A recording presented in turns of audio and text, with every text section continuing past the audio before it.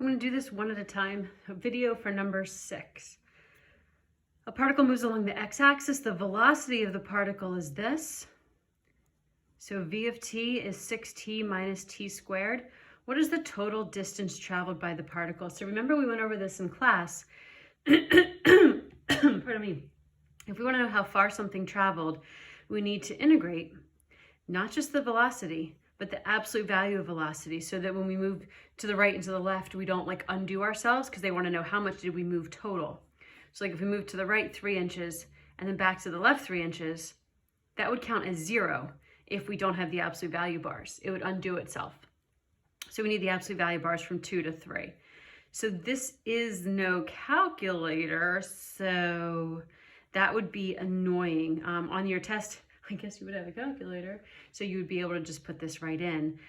What we would have to figure out is, where does this become negative so that we can only be taking into account the positive sections? We'd have to break this up into 2. So to figure out where that is, I would set this equal to 0. Take out a t, so we have 6 minus t. So t is going to equal 0 at 0 and 6. So if I were to just sketch a little graph of this, at 0 and at 6, we're going to go through the x-axis. It's a parabola, it's upside down, so I'm doing something like this. So if I'm going from 0 to 3, I actually don't think it's going to matter, is it? I don't think we're going to have, let's see, t is 0 and 6. We're upside down, parabola.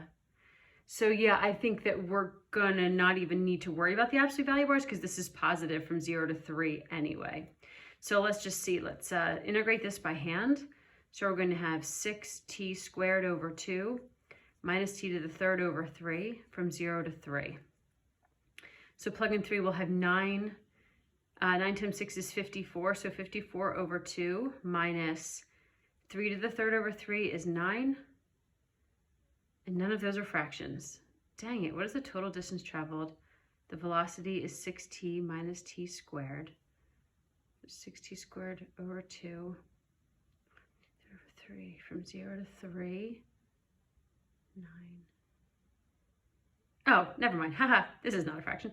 54 over 2 is 27 minus 9. 27 minus 9 is 18. So D. I should probably have the answers out. But there we go.